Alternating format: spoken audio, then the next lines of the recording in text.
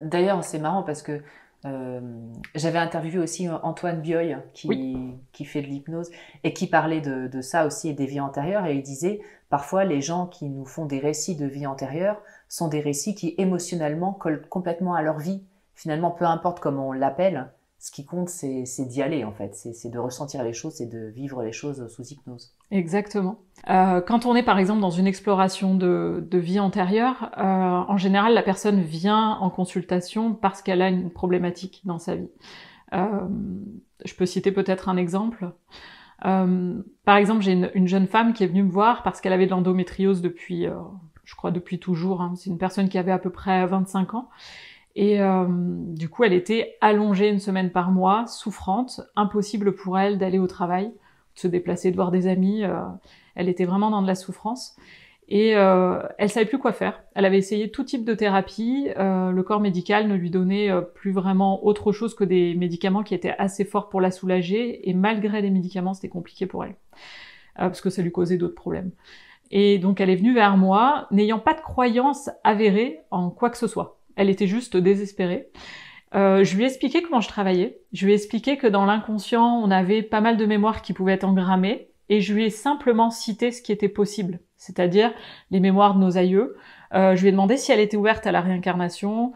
Et elle m'a dit qu'elle n'était pas contre. Donc je lui ai expliqué qu'on pouvait, à travers certaines mémoires, aller visiter des vies qu'elle aurait pu avoir. Et ça aurait pu même être des vies symboliques. Hein.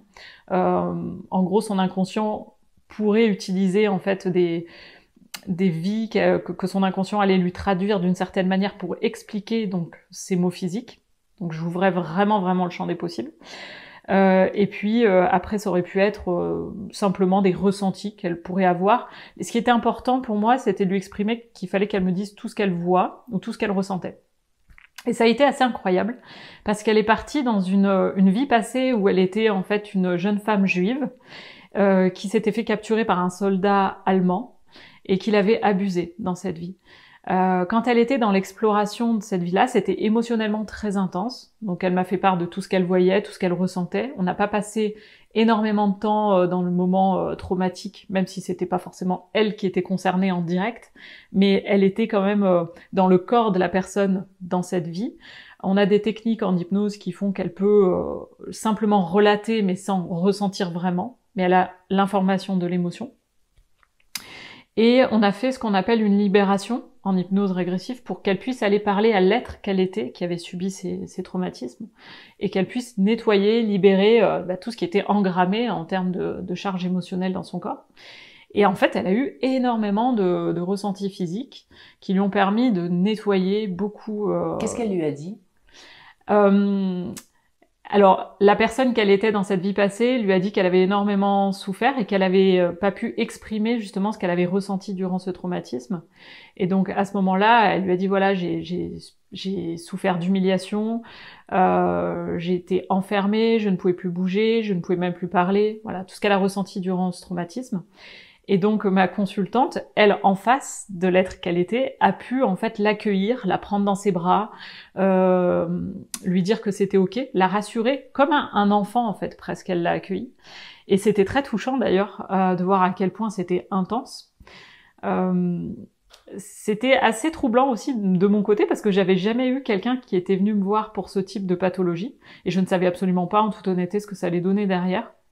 Elle est ressortie de cette séance étant un peu éprouvée. J'avoue je crois qu'elle est allée se coucher d'ailleurs après la séance d'hypnose.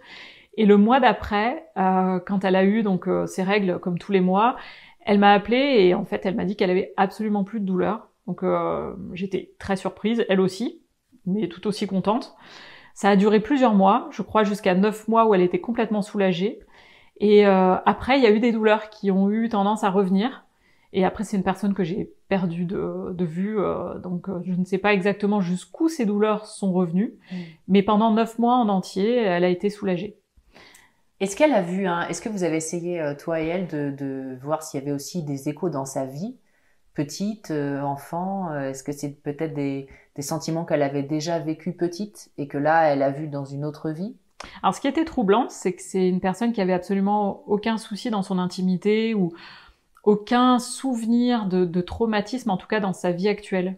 Et c'est là où c'était très troublant, c'est que c'était vraiment, elle relatait une autre vie où elle avait une autre identité, et ça avait eu un impact fort dans son corps, dans sa vie actuelle en fait. Mais le sentiment parce que ce qui est compliqué dans le trauma, c'est que parfois, avec la mémoire traumatique, on oublie si on a été victime. Mais est-ce que ce sentiment d'humiliation dont tu parlais tout à l'heure, est-ce que c'est quelque chose qu'elle avait déjà vécu dans sa vie ou pas spécialement? Pas spécialement, pas dans ce cas-là. Néanmoins, j'ai eu d'autres personnes en consultation où, en effet, il y avait des choses qui remontaient du passé, qui avaient été bien enfouies. La mémoire avait mis ça bien de côté en clivage pour protéger la psyché, c'est arrivé. Mais pas dans ce cas-là. Là, c'est là où je me suis dit, il y a vraiment quelque chose d'autre. Et ce qui était surprenant, c'est qu'elle avait pas de croyance en particulier à la base en venant me voir. À la limite, ça aurait été plutôt, j'ai envie de dire, entendable si elle était arrivée avec une conviction très forte d'avoir vécu quelque chose dans une vie passée. Là, c'était pas le cas.